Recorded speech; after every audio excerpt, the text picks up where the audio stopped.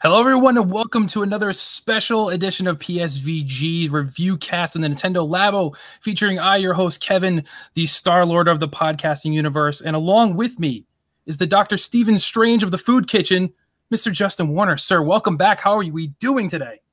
Great, man. Happy to be here. Awesome. We are here tonight to discuss something that, when initially announced, I think had the internet torn a little bit. Some people were like, hey, this is the greatest thing, present company included. Yes. And then others saying, once again, this is Nintendo going way outside the box, and what are they doing? And nobody wants this. But we have it, the Nintendo Labo. I have it. You have it. You bought both kits, right? The robot kit and the, what do they call this one? The variety kit? Yes, I did. Both. I love the packaging. It's so big. It's so big. I was away. I was in Florida on a trip when it got delivered. So I had to text my sister-in-law. I was like, hey, grab that because if it rains, I'm screwed because that's all cardboard. So she sent me a picture of the box and I was like, man, that thing is way bigger than I thought it was going to be, but it makes perfect sense. Yeah. But to rewind for people that aren't familiar, if you've been living under a rock, apparently, Nintendo Labo is basically a test, if you will, by Nintendo to make software that works with cardboard that you fold up and make these little awesome creations with, and we'll get into exactly what they were. But a lot of gamers are like, how does this work? Because you're taking cardboard and applying it to modern technology to do these kind of crazy things, and this doesn't really make sense. We want to play games. We don't want to play with cardboard is kind of the biggest joke. Upon the initial reveal, Justin, what were your initial thoughts on the pack of Labos? I mean, I cried. To be honest, let's just take it from when the trailer was released. Yep. I'm a Nintendo fanboy, so because I know people are going to say, oh, they're just Nintendo fanboys, that's the reason they like it. But I am a Nintendo fanboy, and as much as I love the Switch, and I think the Switch is amazing, the Switch did not kick down the door of what is gaming like the Wii did. And so I kind of, I don't know, some of the things for Wii were a little gimmicky for sure.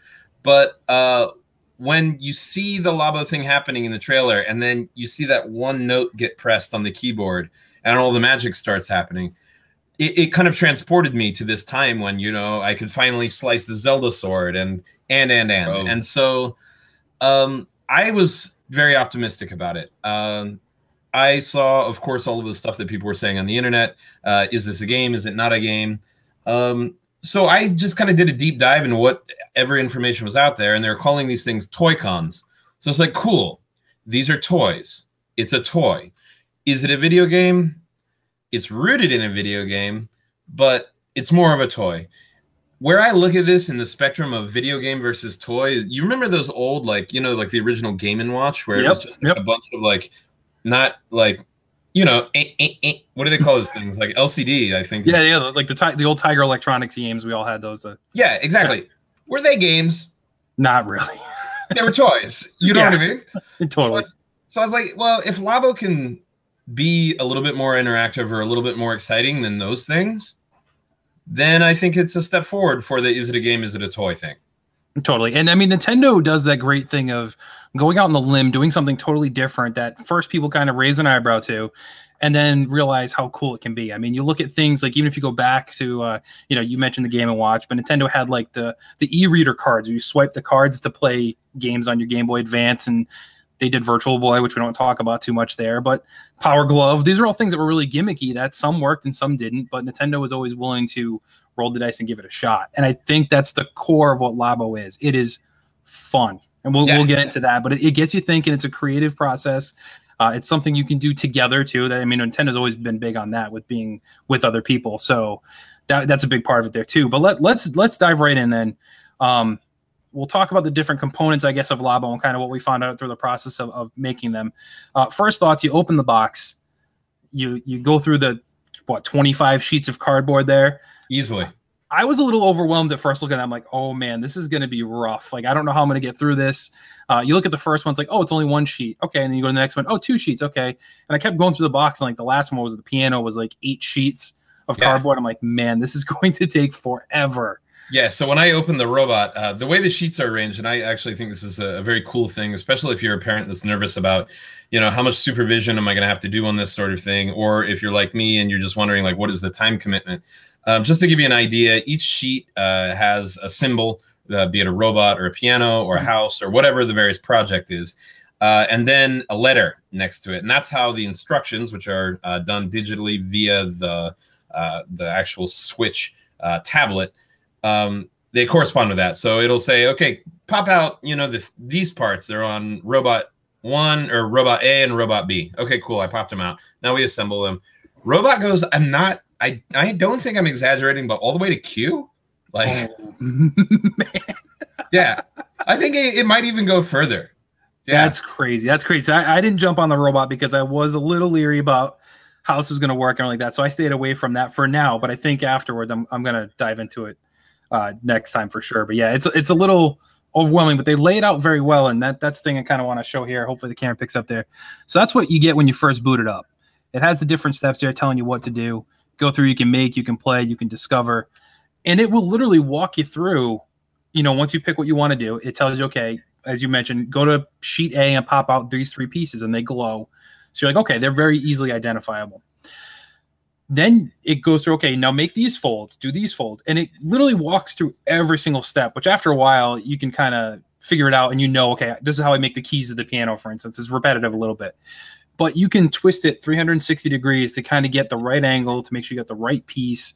And that's something that's really cool that I didn't think they would take that extra step and give that much detail into it. But they're very thorough with it. Yeah, I come from the world of Lego, just to give you an idea of how far into the world of Lego I come. So I'm used to doing step-by-step construction projects. And I got to tell you that I didn't make a single error while I was building these things. I didn't make the wrong fold ever, because everything is laid out so clearly that it's very difficult to screw things up unless you're being like completely reckless and ignoring things. Totally. And that's one of the things I was going to bring up too, because I too build a lot of Legos. My kids love them. So you go through those books, and most time Lego's really good with directions too, but you can still find occasionally, oh, I wasn't supposed to use that piece. I was supposed to use this piece. Everything I built with Labo, I think I made one mistake, and that was me. It wasn't Labo's fault. I put something in the wrong direction. But the way the pieces interlock is you can't really put it in 100% unless it's the right piece too. Yeah. So I was able to easily take it apart and fix that one part and then lock it in. Like I was afraid I wasn't going to be able to take it apart because I knew the piece is locked. But when I realized that piece didn't lock in, I was like, okay, well, I did something wrong there. I was able to fix it. So it was good. And the durability of the cardboard at first, I pulled the first sheet out. I'm like, this is really thin. And that's kind of the fear myself and a lot of other gamers have had is like, what's the quality of this product going to be? Once you start folding these suckers, man, no problems at all. But I was worried it looked thin. But once you start building these things, I mean, they're sturdy as heck. Yeah, I've now kind of become a cardboard nerd. And so like everywhere I go, I'm like, hey, what kind of cardboard you got there? And so I found that the Labo cardboard is somewhere between like a 6-pack or cereal box, but it's thinner than an Amazon box. And so it's interesting in that oh, you want to turn my headphones down? I just got that little message there. Sorry, bro. No, big deal. So yeah, it's interesting that they selected this it's kind of like the perfect, I don't know, grade of cardboard in that it lends itself well to folding. It has a heavy enough weight to it. And I think probably like pound for pound, like, or inch for inch, it's probably heavier than the average cardboard box. Wouldn't you say? Yeah, definitely. It was definitely a little bit different there. It's perfect. They picked the right grade. And it's funny because it's small enough that's compact. Even though the box was big, yes, it wasn't a burden, so it's not anything like that. And it works well. Did you see, I believe it was yesterday, UPS tweeted out that they're working with cardboard, they're inspired, and they built a Nintendo Labo carrier? Yeah, it was like a Pelican case. That's what we use in TV. It's like the James Bond, where everything fits just so in the foam, Yep, yeah. It was perfect. I'm like, oh, man. And everyone's like begging. I'm like, give us the blueprints, how we make it. And like UPS is totally like, nah, we're not doing it. Or like $9 million and we'll give it to you. But it was so cool to see somebody else. And I think their hashtag at the end was game recognizes game. Yeah, and it was pretty cool. So I think we're going to see more stuff like that where people having fun with it. So it was pretty awesome. But let's dive right into the creations itself then. So the first thing I built out of the box was this little doohickey here. Yeah, the RC car. Yeah, the little RC car thing. And obviously it was the easiest of the whole thing. It took like 5 minutes, I think, to go through. So it was a nice light intro into here's what you're going to be doing for hours and hours and hours later on. But here's a little sneak preview of it. So it looks like a hex bug if you have kids and you're familiar with those little things that kind of like vibrate and they go along. Works the same way. My dog hates them. Every animal hates them. Yeah. My cats used to go crazy for them too. So we naturally had to torment my cats with this thing. So they went right for it. It was all good. The thing that surprises you, control the hex bug, if you will, with your Nintendo Switch tablet, and you have like your left and right, and it kind of vibrates and moves along. You can adjust the frequency if you go to the sub menu inside there. The coolest thing I found, and I talked a little bit on the previous podcast episode too, and the guys didn't fully believe me, the night vision camera in it. Yeah, no, it's real. Thank you. It's something you would not have expected to be in these Joy-Cons at all, because everyone's like, wow, Nintendo's not on the cutting edge of anything. Where's that in your Xbox controller or PS4 DualShock? You know, it was pretty crazy. Like I started messing with it, and then I realized like my cat was looking right in the camera. And I was like, oh snap! I was like, I didn't even know this was here. I'm like, that's one of the sub layers of many of the things we're going to talk about, I think, throughout the show here, where there's a lot more to this than meets the eye.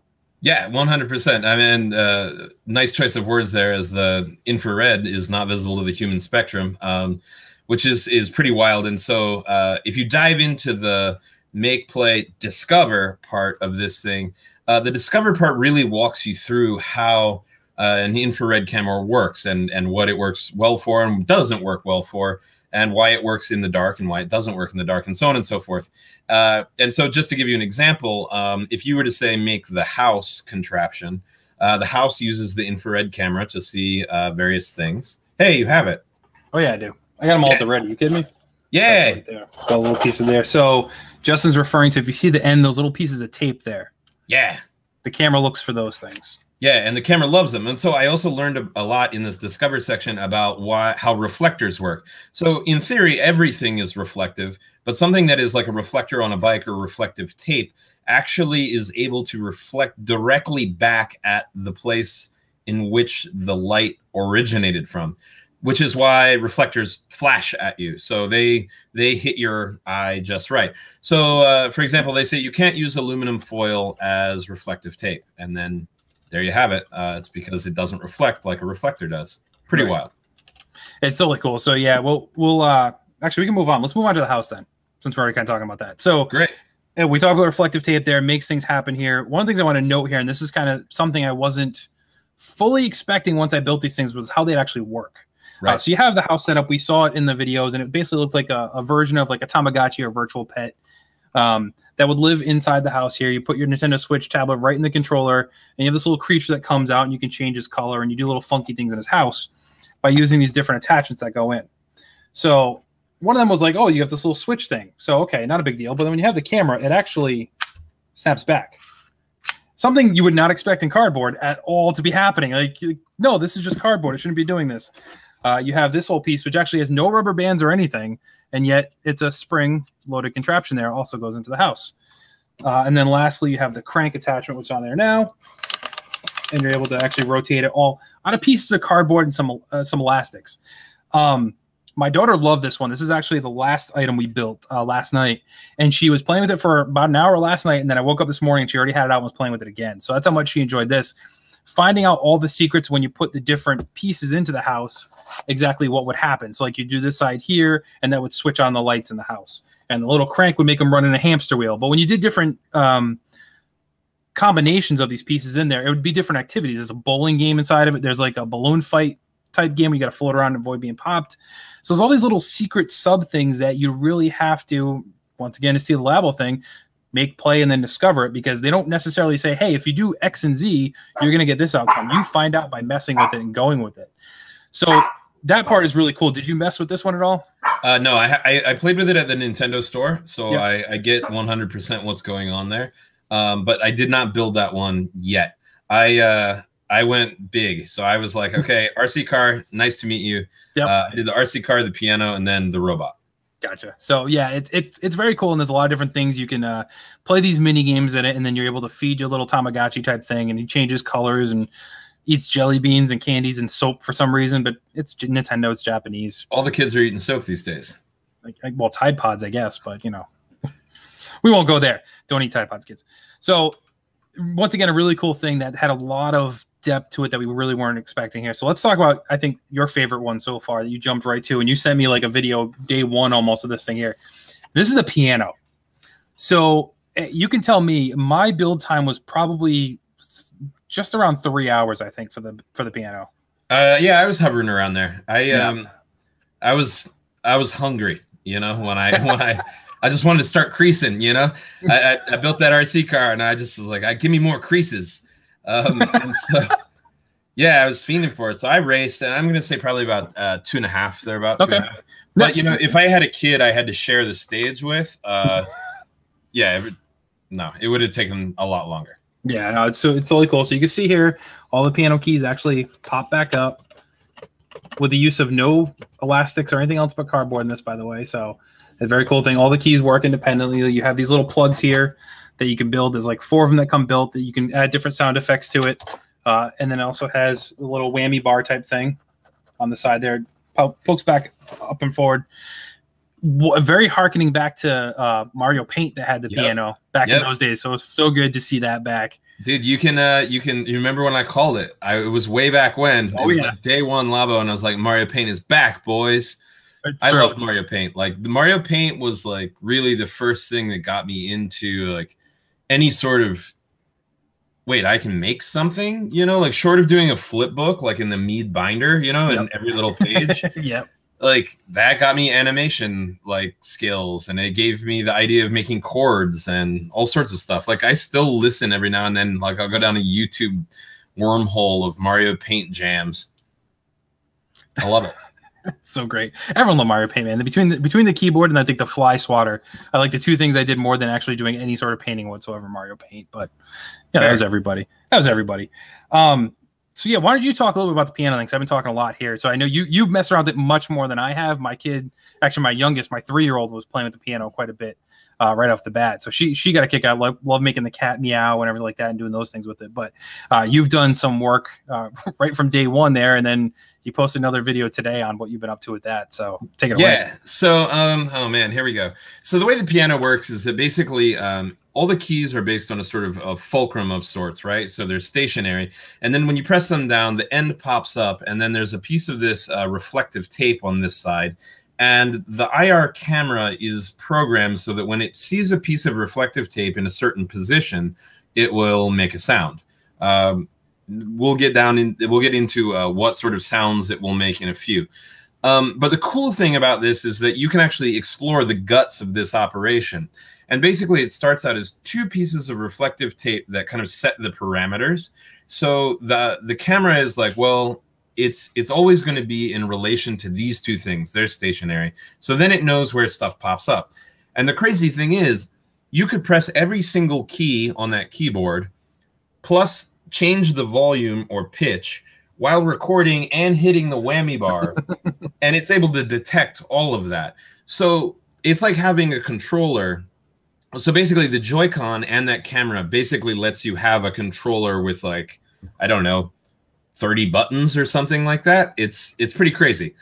And so that's just the mechanics of it. It's a pretty sturdy build. What I love about it is all of the little accompaniments that go into it. You can actually pop it open almost like a grand piano and shove all of those things in there. That's true. I didn't think of that. Yeah, I didn't think of that. The keys, they're not prone to falling out, but if you were to say travel with this and you didn't want the keys to fall out, you can actually store the keys inside of there as well. Oh, that's a good point. Yeah, that's true. Yeah. So I'm trying to get a camera here. So yeah, you have plenty of space on the inside. You can store stuff in. Yeah, all sorts of stuff. So I actually keep all of my I keep an X-Acto knife in there. So that brings us to why would one need an X-Acto knife? And that is because in the studio section, there's just banging on the piano. That's one game. And then there's a studio section, which is basically an 8-track recorder. So you can layer 8 compositions on top of each other. If you're familiar with making music, which I'm not really, that's basically like the wall of sound idea. So one person records their instrument, the next person listens to them, and then they play over top of it. And then that's how you build a big composition. So anyway, you have these, you have 8 takes. You can press the record button, play whatever you want. And then you can play it back and listen to it. And then you can say, cool, now I'm going to add bass note. And then you press the whammy bar down and you can then lower by octaves. So you have basically 5 versions of that small keyboard, which if I'm not mistaken is pretty close to at least your average, like a synth keyboard or whatever. I don't know what those things are called, like the Yamaha, you know, that they got in church. Yeah. So then from there, you can change the sound that the piano makes to defaults, which are given to you via the screws. So you have the cats, you have the old men, whatever. That is a weird thing. It's like the sound of old guys. Yeah, that's weird. Yeah, it's like, yeah. Did you notice? It's like an Easter egg. They cough. They yes. If you hold them down for too long, they run out of breath. It's like, yeah. It's so Nintendo, right? It's true. Nothing like playing the Jeopardy theme song with a bunch of old men. You know, it's like, I'm Alex Trebek. That's the studio mode Justin's talking about there, so you can see the different layouts there. Yeah, I love the layout of this, and I love the aesthetic of it. It feels like you're in the future. Like, I feel like I'm Daft Punk when I'm doing this. Do you wear a helmet? You put on a helmet? I mean, I have that robot helmet, so I might as well, dude. Yeah. That might make an appearance here shortly. So anyway, I'll try not to wax too long about this, but I love the piano. So the next thing it comes with is, like, you ever seen Westworld or a Western even, where they have the piano, which has the little rotating thing. I think it's called the player pianos. Yeah, player piano. Yep. So that thing has information on it. And there is a little slot on the top of the piano where you can put cards. And so they give you a card that has holes punched into it. Yeah, you pop it into that slot, and each hole corresponds with 4/4, 2 measures of 4/4 music. So then there are 1, 2, 3, 4 for bass, snare, hi-hat, and crash or something like that. I'm not a music person, whatever. Anyway, you can pop out each hole, and that'll be like, hey, play that sound. So then you can set yourself up with all sorts of various rhythms by randomly changing the holes and what have you there. That's crazy. Where it gets even more crazy is that you can invent whatever sound you want by taking a blank piece of cardboard. I should have brought it down, but I didn't. And cutting out whatever shape you want. And then that makes a wave, a sound wave, which is called a waveform. So you can Google pretty much any sound you want. And, like, for example, I was like 808 waveform. And so I like get out the X-Acto knife and I'm like, yeah, man, I'm Kanye, you know, and make this 808 wave. And then I like pop it in and the camera scans it. And then it's like, oh, like derp, like, you know, vibrating my house from the little Labo, you know. And so your dog must have loved that. Oh, it was insane. It was so great. So anyway, I think that the coolest thing is that they included this waveform stuff in this piano, because that just takes it to the next level. I mean, you could imitate the sound of a bird chirping.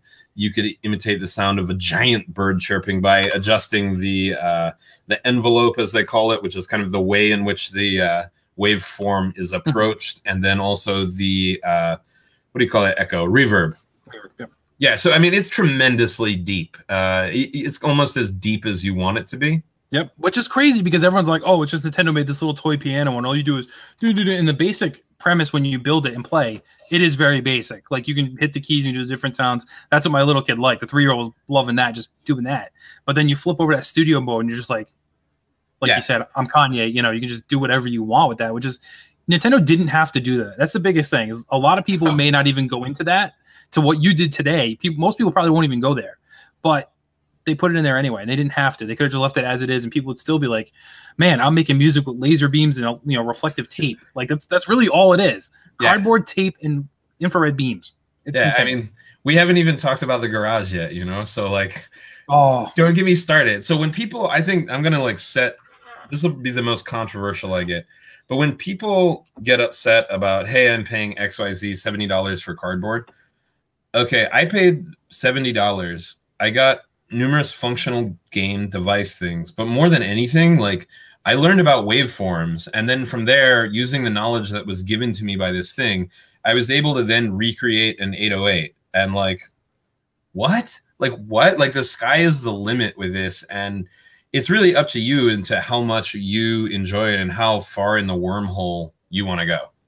Exactly. And you put this stuff in the hands of a creative kid, and man, you're going to see some stuff happen. And I mean, my 2 oldest girls, they attended like a programming summer camp type thing where they learned how to do some light programming with these little devices. It was almost like a Game Boy. They had to first take the boards and to learn how to solder them and do all that kind of stuff, and then program these really simple, Tetris or Snake type games. That's it. But that in itself was something very creative they were able to learn and do. Then from there, they were able to on their own afterwards, program their own messages to come up and flash across the screen and stuff like that. I can't wait to see what they do with this once they learn, once they see the garage where you can do whatever you want at that point and see what they come up with. And I think we're going to see a ton of cool stuff on YouTube pop up for that stuff. We're seeing some stuff now, but I think a lot more people need to get their hands on it and really dive in and see what it does to really appreciate it, like long form. Yeah, I feel like I read a bunch of like mainstream reviews, and I thought that people were like, cool, it's neat, and the possibilities are endless, but I don't think they really hammered in on the fact that they basically, the software itself is this giant open source thing where you can just do whatever you want. And like within minutes of opening this thing up and getting in the Toy-Con garage, I invented like a salt shaker that when I put a plate under it, the camera sees the reflective plate and dangles the salt. So it's like, you know what I mean? And like, I'm an idiot. Like I don't know how things work. I just do them, I don't really care that much. But then when I figured out, hey, like I can do this sort of stuff. Wow. And that was a 1-button program. If IR is seen, vibrate Joy-Con, and the Joy-Con was attached to the salt shaker. It's so awesome. It's so awesome. Right. So I didn't get to build the motorbike, so we can't really talk about that one. That's the last one where, as I spent most of my weekend just building these things and wanted to actually play with them for more than like 5 minutes, so I really knew what they could do. I elected not to do the motorbike one, so we can't really talk about that. You said you didn't build that one yet either, but I want to talk. I did play it, and I can tell you that, yes, I played it. Yeah, talk about that. Nintendo store, and so it's a very, very tactile feeling, and I'm going to say that it actually, this is crazy. Like it feels better and more responsive than those, what is the arcade game where you're on a bike, but like you're basically trying to stand up on the bike and without it falling, like when it's been played too much and you're just like 8 years old, like clunk, clunk. I forget the game, but I don't remember the name game. I know what you're talking about, but yeah, Yeah, so if you sit with that thing between your, like, I don't know, in your lap between your legs, and you can actively lean into the turns, and the feeling of the throttle, I don't know, I feel like there's something, Nintendo was very smart with like the way the elastics and the like rubber bands in these work. The tension that they get to them feels very natural. And I feel like the weight of the piano keys, it feels natural. Like it really does.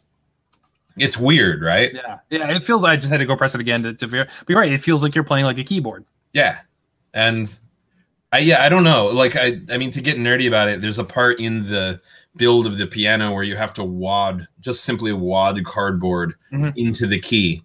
Yeah, and they're like, they tell you in the instructions, like, yeah, that looks weird, but we're weighting the key. Yeah, they're like, this key is very light and thin. This is to add the thing. Yeah, that's the other thing too. We should kind of mention reading the directions too. They give you some insights to, this seems really dumb. Why am I doing this? And they'll mention they're like, well, these keys are very thin, so we're adding some weight to it. But then some of the commentary is pretty funny. Like, you're the ninja of folding and stuff like they just keep going like, you must be tired by now. Only 13 more keys to go. Like, the stuff like that to give you a little bit pat on the back saying, all right, I'll keep doing this, Labo. All right, Yeah. I mean, when you get to the robot, it's reminding you for the 5th time, maybe you should take a break, Yeah, the piano kept saying, it's like, now may be a good time to recharge your batteries. I'm like, yeah. But next one. Have not played with it. This one is cool. So this is the fishing rod game here. So you got the fishing rod attached to the dock that basically holds your Switch there. And once again, this is probably going to be very similar to what we'll talk about in the robot here. The tension with the thing, it snaps back by itself, so it's very cool. So as you play the fishing game there, you put your Nintendo Switch in the dock itself, and you see the water, basically, and you see a fish there, and you're able to drop your reel in further and further and go deeper and deeper if you want, and you watch your hook go down. You see all the fish swim around. The deeper you go, there's different types of fish. You end up like in a coral reef, and you can catch stingrays and things like that if you go deep enough, but you basically wait until you get something snagged on your reel. Then you actually have to pull back on the thing like you're really fishing and crank back as you can. And hopefully the mic's picking up. You can hear the click. Yes, they put a little cardboard tab in there just so it sounded like a fishing reel.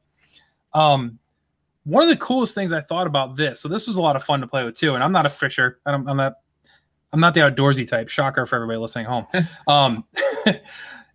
It felt right. And the crazy thing is, like, even just moving the string like this, it would be in sync on the tablet and move left and right on the screen in the water. Like, it was a 1-to-1 ratio. There wasn't a lag. It wasn't trying to catch up with the string. It was legit knowing every move I made, which was insane. I I didn't see if there was anything more to it, like the Discover mode or anything like that with the fishing game, but it was a lot of fun. You catch a fish, you reel it up, it tells you the type of fish you caught and then how much it weighs. So you can keep going back and try and get a better record and stuff like that. So it was really cool. It was one of the more complicated builds, not as complicated as a piano, but probably the second most difficult thing, just because of the string and having to tie that in and reel it in and connect it back on and some of the moving parts there. But not quite as difficult as piano, but still a lot of fun. And the durability on this one's really good. I was concerned about that, seeing the fishing rod. I'm like, okay, well, it's gonna be a longer piece. Is that gonna, be weaker once it goes out there? But the way it's constructed, it's separate boxes tiered in that fold in. It's still super durable, and it looks like it's gonna take a beating for a long time. And one thing we should probably touch on too is Nintendo has addressed the issue. A lot of people saying they were concerned with what happens when Labo breaks. What if I mess something up in the thing and buying replacement parts? So I need to spend $75 and get a whole new kit, or can I buy pieces, or just another fishing rod thing? Nintendo online store is really good about that. There are patch kits, so if it's just a minor fix, you can spend like $10 and get a patch kit to fix your cardboard. If you do need to reorder parts for the more complicated stuff, like the robot, the piano, the fishing rod, you can order just certain sheets. So if you know what I need is on sheet B, let me order sheet B, and it's real cheap. It's like $3 or something like that. And if you need to reorder a whole new presentation, it's like $15 for a whole new piano, a whole new fishing rod, stuff like that. So Nintendo's really good about that. But I don't see, hopefully in the anytime soon, unless I step on something or somebody falls on it, this thing's not going to break. Yeah. I mean, I felt like the durability of the piano is, I was nervous, but I work for some reason on the floor when I'm like working to compose. I did too. I was on the floor when I was doing this. Yeah. And so my dog, who you heard earlier, loves to just put like her toy in whatever I'm working with, especially if it's something that makes a lot of noise and has a lot of parts to it. So her toys got dropped on that piano many, many times, and it bounced back. And like, you can't tell that it's actually been through some wear and tear. And I honestly feel like you'd have to be deliberately destructive or like, physically crumple or jump on this stuff to hurt it. There she goes. She heard it's here now. Sorry. That's no big deal. Hey. It's real life, everybody. Yeah, we're live. Anything can happen. So yeah, I mean, overall with the actual, discovery kit, whatever they call it, variety kit, I keep messing the name up there. It was pretty cool. There's a lot of things in there. There's a lot of depth to it. These little things that people, upon the initial trailer, either wrote it off completely, or maybe hopefully after seeing this or actually getting their hands on it, like a Nintendo store or something like that, might think more about to it. There's definitely more to Labo than just, I'm going to build this thing and this little bug is going to vibrate across my room and that's it. No, there's way more to this stuff if you want to get into it. And the possibilities are really endless there with that. Now, you talked about the robot kit. I want to get into a little bit. One of the reasons I did not purchase the kit right away was also because the investment of $75 for my kit and then there was $85 for the robot. That was a huge jump if you weren't super confident in how it was going to turn out. But the other thing I was concerned about was how much content would be in the software for the robot. So the variety kit, I knew I was getting all these different things. But with the robot kit, from what they showed, it was just the one thing. So before you get into the construction, what is the software like? What can you do with it? So the main thing is that there's this city playground kind of thing for your robot, and it is, I don't know, for some reason plagued by UFOs, and one way to destroy the UFOs is to just destroy everything and like knock buildings into the UFOs. You could just punch the UFO, but that's not as much fun. No, I mean, ideally, if you want to get maximum points, the idea is like punch a building into the UFO ricochets into another building and then hits another UFO, and you're like, I'm Michael Bay. It kind of has, like, once you get into it and you kind of let the like strategy in yourself go away, and you're like, I'm Michael Bay, I'm just going to be like a 5-year-old robot, and you just start beating up everything. It feels pretty good. So that being said, that is the main mode, and it's really just like an arcade game in that you're trying to compete against yourself to get the highest score possible. As you go and get more points, your robot levels up. What that means is that I was like, well, how is it going to level up? When I only have one objective, and that's to destroy buildings. Yeah. Well, the idea is that the higher your level, the more time you can spend in gigantic mode. And gigantic mode, you have to lift up 1 foot and punch to the air and hold that position. And then your robot turns like gigantic. And I mean like scarily gigantic. So I've got my robot at about 30 seconds of gigantic time right now. And it's like, you're like, this is what it must be like to be a toddler. Like, I'm wrecking everything. And so I love it. Like, it felt good. And when I realized, when I could kind of put it together, that I was getting more big time by getting more points and getting more levels, I just kept playing it. And I played it to the point where I was like, Christ, I'm going to have to shower before this podcast because I'm sweat. And then I looked online to see other people who were playing it, and they mentioned, like, be cautious. Like, if you play this too much, you're going to sweat, and the handles of the controllers will warp, right, due to sweat, which I'm kind of into, you know? Like, I can't wait to show up and battle some other robot with my, like, very, like, war-torn, sweaty neck, you know? So that leads me to the next thing. There is a two-player mode, so if somebody else has this, they can connect. And you can fight. And the cool thing about this is there's a visor. And in the normal mode, the visor puts you in a first-person mode, which is pretty fun, especially for a power that you can eventually get. And there's a lot to this. A power you eventually get called Charge Shot. And it's pretty rad because the robot can change form. So if you crouch, the robot turns into like a high-speed tank. And if you put your arms out to the side, your robot flies. And then if you put the visor down, then it's first person. So you can combine all of these things to change the form of your robot and do various attacks. So mostly what I was doing was blow stuff up, turn into a tank to quickly get near something else, blow stuff up, put the visor down, shoot like through the entire building to see, like, you know, a new pathway, jump up, like fly to like see where I'm going, and then you kind of like rinse and repeat and like get into a mode of all of this stuff in order to try and get as many points as you can. And it's very satisfying. What I got to say about this thing is that I've played a lot of VR games where, oh yeah, I can move my head and I can see, but because your character is always stationary, because we don't have that treadmill technology from Ready Player One, it just doesn't feel great. You always just feel like a turret, you know? So with this, to turn the robot, you move your head or sway, and then he kind of almost mechanically rotates, and it feels kind of cool. Like, it even makes this like ee sound while he does it. And then you stomp your way. My soles hurt from stomping. You stomp your way around. So one of my favorite things to do is fly on top of a UFO. I'd get on top of it, and then I'd stomp it down with just one foot. So the robot is never walking. He's like not walking unless you ambulate twice. But you can do this stomping thing, and it's like very gratifying. I don't know. Maybe I didn't have enough tantrums as a kid. It's good. So it is limited if you are like, oh, I need a change of pace. That being said, every time I played it, everything was different in terms of where things generated and spawned. The versus thing is pretty neat because there actually is a hidden versus computer if you don't have a friend, but the perspective changes so that it's like, it looks like a Virtua Fighter almost. And the rules of it are you have a health bar, but also ring outs are a possibility. But you can still do everything the robot can normally do. So if you want to risk it and turn into a tank and blast to the other side of the arena, you can do that. You want to fly and then drill kick down onto somebody, you can do that. Once the visor is down, you lock on to the opponent, so you don't have to worry too much about your punches hitting or not hitting. I only played against the AI, and the AI put up a pretty good fight. Once I got all of the special moves that I could unlock in this other mode, which we'll get to, I was able to beat him. But I was sweating, and we each scored 12 points. So then the next mode, pardon me, is called Challenge Mode. And in this, there are basically 4 powers that you can get. And the more you play these little scenarios, the better the powers get. The scenarios reminded me a lot of the Metroid challenges in Nintendo Land for Wii U.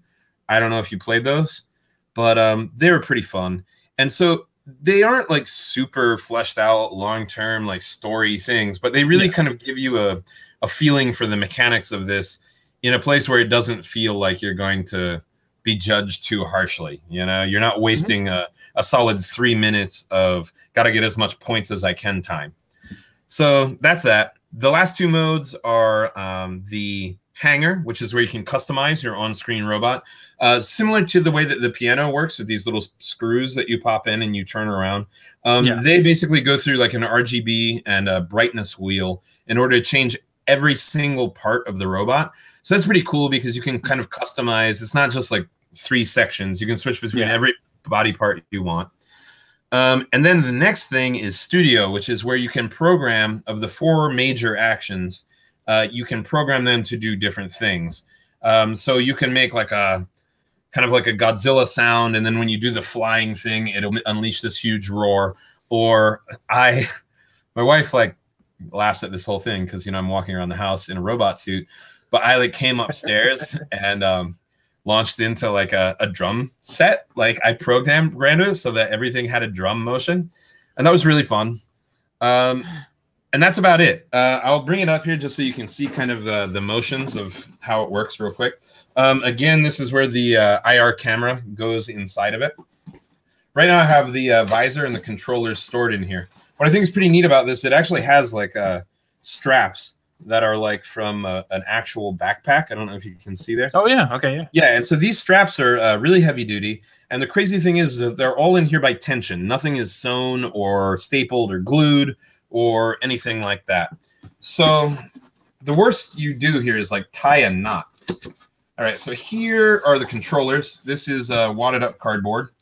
And this is attached to a string, which you pull it, and that's how you punch. So you would punch like, yeah, like so. Then there's one for each foot. This is what the foot thing looks like. And you can actually see where it's now, because I've worked it so much with the stomping that I mentioned. It actually fits really well on my foot, just like this. These are all adjustable. So even my 6'3" friend had a turn at the stomping. Same goes for the other side. This is the visor, and the visor's mechanic is pretty cool. I got to take my headset off to show it to you, but it's pretty rad. So the left Joy-Con fits in here, and my hat. I'm just gonna wear this for the rest of the program. There you go. Yeah, why not, right? So you sit with it like this, and you can actually control the menus and whatnot from here. Oh, okay. Yep. And then this slides down. Sorry, my head is huge. That slides down, and that's how you get into first-person mode. That's great. It's a look, man. It is a look. Okay, maybe I'm not going to keep this on for the whole thing. All right, great. So now that you see that, let's get into real quickly what the IR camera is seeing. And they always give you, and that's one thing I've loved about this along the way, is they always give you a convenient way to kind of see and make sure what's going on with your project. So look, I just unhinge that. And what you see here is 4 sliders. And those sliders are connected to each of these. And so the camera then, based on the motion of these good guys, knows how far you've extended your arm. And it's what's pretty amazing is that, like, when you get to the victory screen of this thing, you've got your robot, and, you know, you can just be like, yeah, I did it. Or like, yay, and you can move your head because the secondary Joy-Con is up here. Right. And so on and so forth. And so it's, I don't know. Is it $75? I think that's up to you. Does the idea of having a robot costume and destroying a city sound great to you? Okay. Is this going to be something that I bring out, like, when people come over and see it and they're like, why do you have a backpack hanging on the wall? Which, by the way, they gave you a convenient hanging strap here, so you can just hang it up, and it actually makes for kind of a tidy little case for itself. That's one thing I was nervous about, is like, how much of a stuff factor are we going to have here? Is this stuff just going to like sit around my house? But Nintendo, I think, thought of that because they actually tell you to store the stuff inside of the backpack. I didn't think of doing that until they got a hold of it, or until I got a hold of it. And so, yeah, I mean, that's pretty much the robot. I am definitely going to get my money's worth out of it. Yeah. There's also a calorie counter. Yeah, I burned 130 nice. Calories. Yeah, 130 calories stomping stuff today. But who knows? I think a lot of people could dismiss this and say, that's dumb. But I guarantee you, if this device was at an arcade and it was made out of plastic, you would do it. Yes, I think you're 100% spot on there. That's the big thing, too, is the life of this is really going to come out. Same thing with you. Like, am I really going to sit down and play with this you know, if I sit down at the end of a work day and be like, I need to unwind, let me play some games. Is this going to be my go-to thing? Probably not necessarily. But if somebody's coming over and be like, hey, you want to see something really dope? Check this thing out. Let me show you what this does on a cardboard. And I think that's the big factor there. And I mean, like the calorie thing, that's a plus. Is that your new your TV workout plan? Yes, forward? Stomping stuff? Just stomping stuff. Yeah, I mean, I don't know. I haven't broken a sweat in a while, so I mean, why not? You know what I mean? Like, I haven't maxed out my my gigantic time yet, and that is definitely a goal, because that is, I'm not kidding, that mode is so gratifying. The first time you do it, you're like, what? And it only lasts for 2 seconds, and it becomes very addictive, and you're like, I gotta get big again. It's good. That's cool. So please tell me the first time you had that thing strapped on, like your wife just walked in the room and saw you for the first time wearing it, was like, what are you doing? And she didn't know until I came up with the drum kit today, and she had not even seen the whole thing. Man. And you know, I was in like sweatpants and like, you know, I had morning hair and stuff, and it was, I like to think it was beautiful. She might have said pathetic, but I love it, man. That's a struggle for all of us too. I think when I first told my wife I was getting this, I'm like, you know, sometimes I'll be like, hey, I'm thinking about doing this for everybody. And I'm like, no. When the Labo was announced, I'm like, hey, I'm getting this thing. And she's like, this is the weirdest thing. But then she sat down day 2 of building with us. So the piano and the house, she helped us with those ones. She was punching out the cardboard. She's like, actually, this is really cool. This is really in depth. There's a lot more to it than I initially thought. But yeah, right. I think if somebody just walks in the room and you're playing, it's kind of like that moment where you're like, I wasn't just doing this. No, no, I swear, this is really cool. And they're like, yeah, dork. Okay, sure. But so the construction on the robot, what are we looking at there? Because this thing's got to be way more advanced than like the piano and the fishing pole. Well, I think, I'll be honest, I don't actually think it was more advanced than the piano.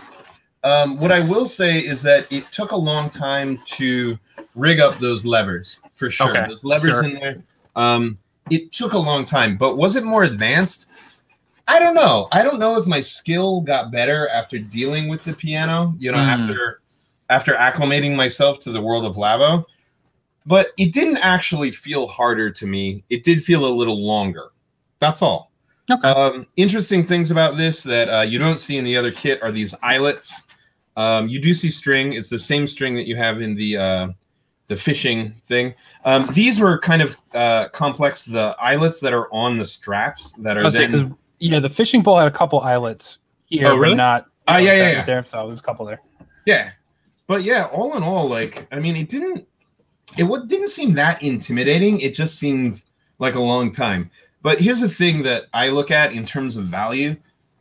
You know, if this took me 4 hours to build and it's actual like hands-on entertainment, you know, I've spent $100 on a meal that sucks, and it lasted an hour and a half, and I don't have a robot for it.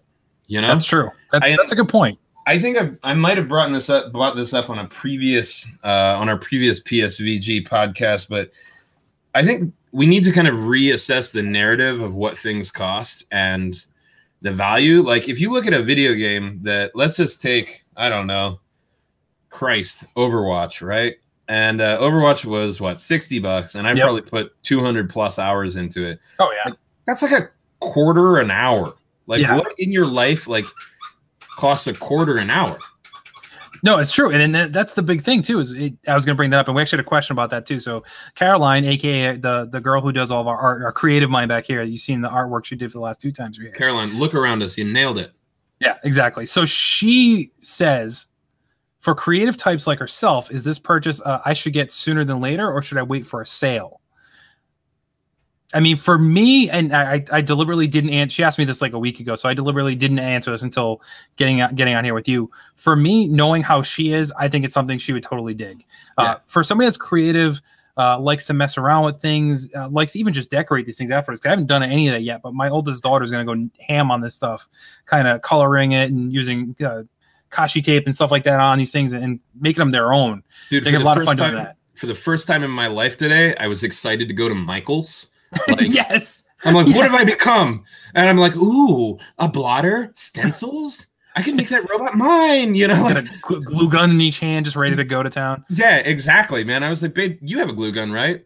And she's like, yeah. And I'm like, nice. Do I need special glue for fabric? She's like, what are you talking about? I'm like, no, I just think a fabric robot would be pretty cool. Like, nothing? Yeah.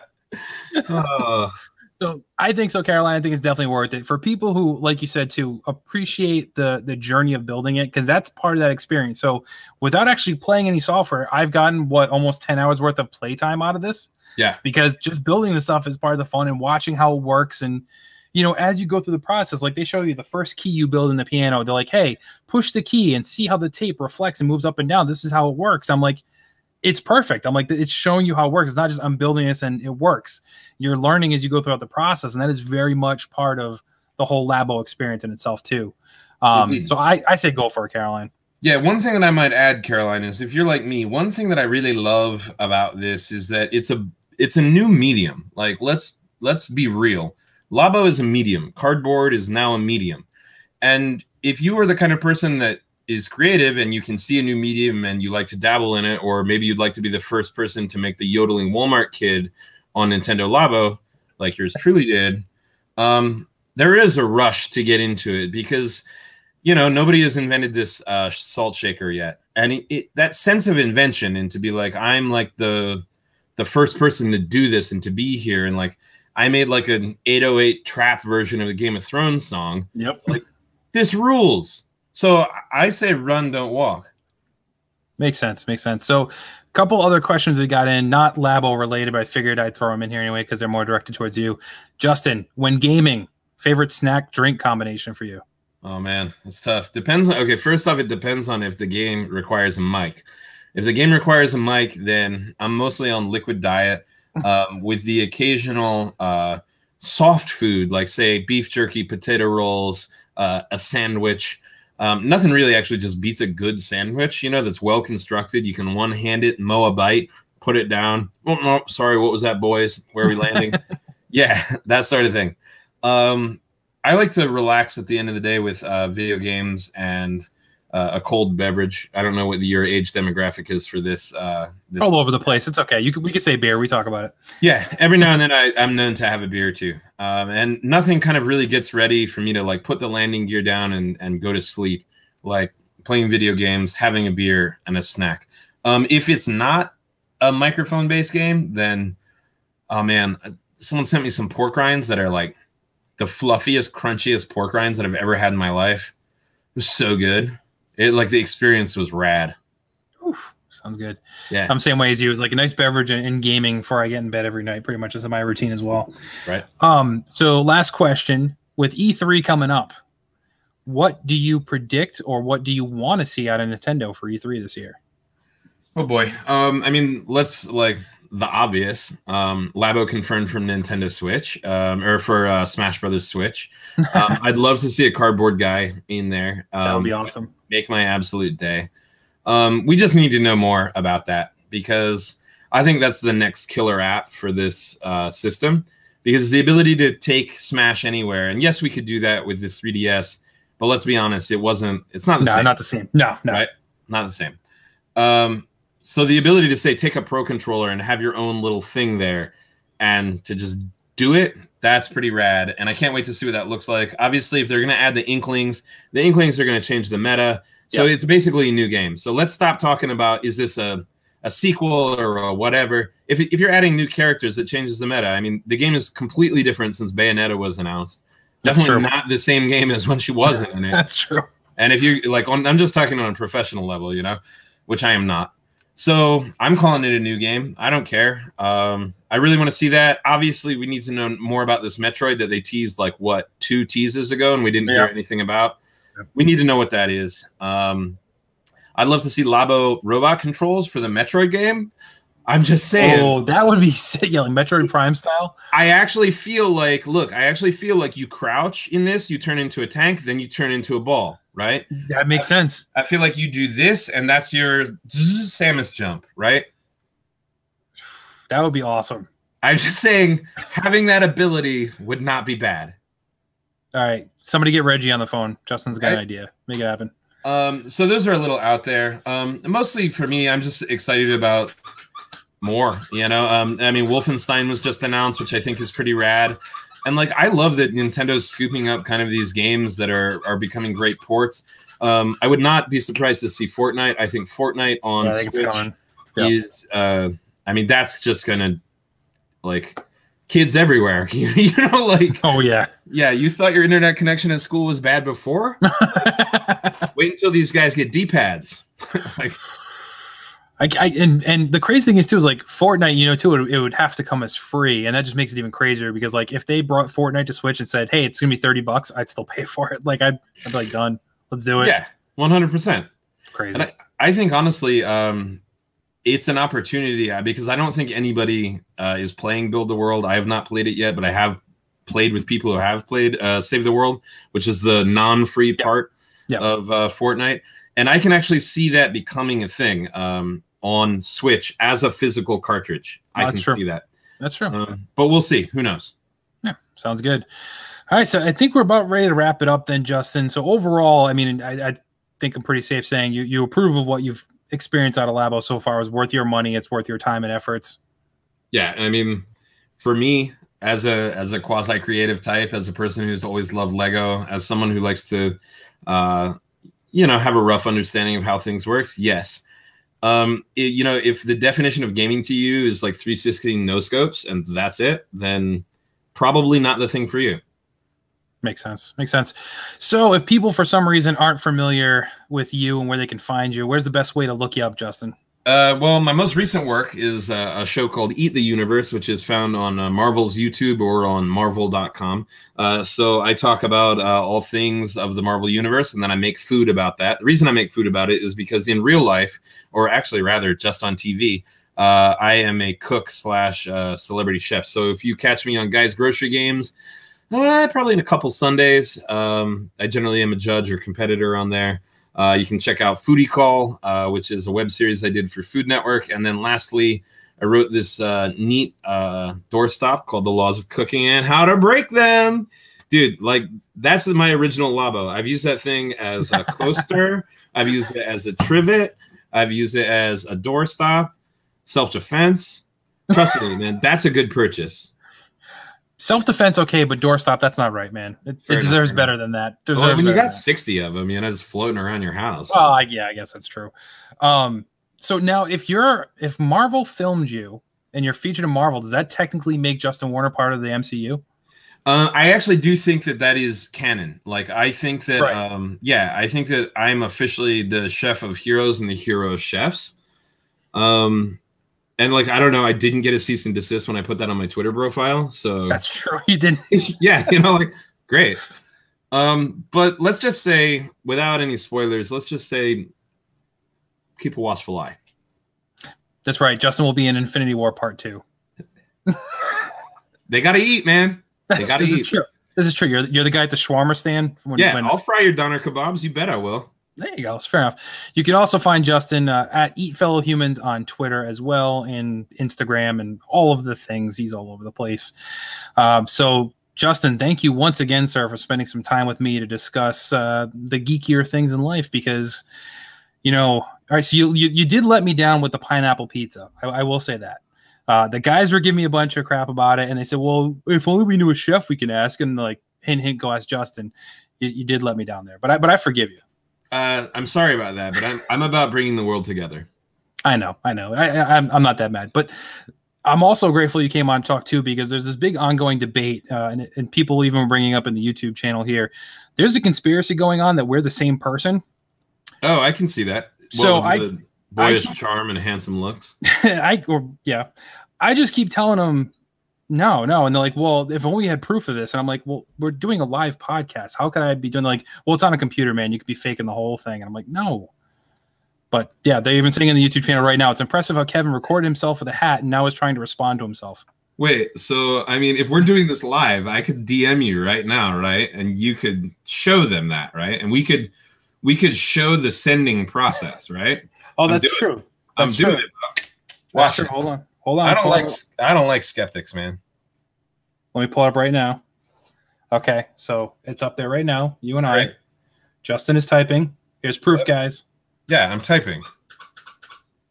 See? Boom. Right there. There's your evidence, recording everybody. me. Boom. There's your evidence. See? Done. Put to bed, everybody. So you could follow me at PSVG Kevin on Twitter. Follow the show, of course, playsomevideogames.com, the YouTube, everything. If you enjoyed the audio version of this, make sure to go back and probably check out the video because you'll get to see some pictures and some of the stuff of us taking the Labo stuff apart for some more enhancement for you if you're not familiar with that. But more importantly, everybody, remember to never stop gaming.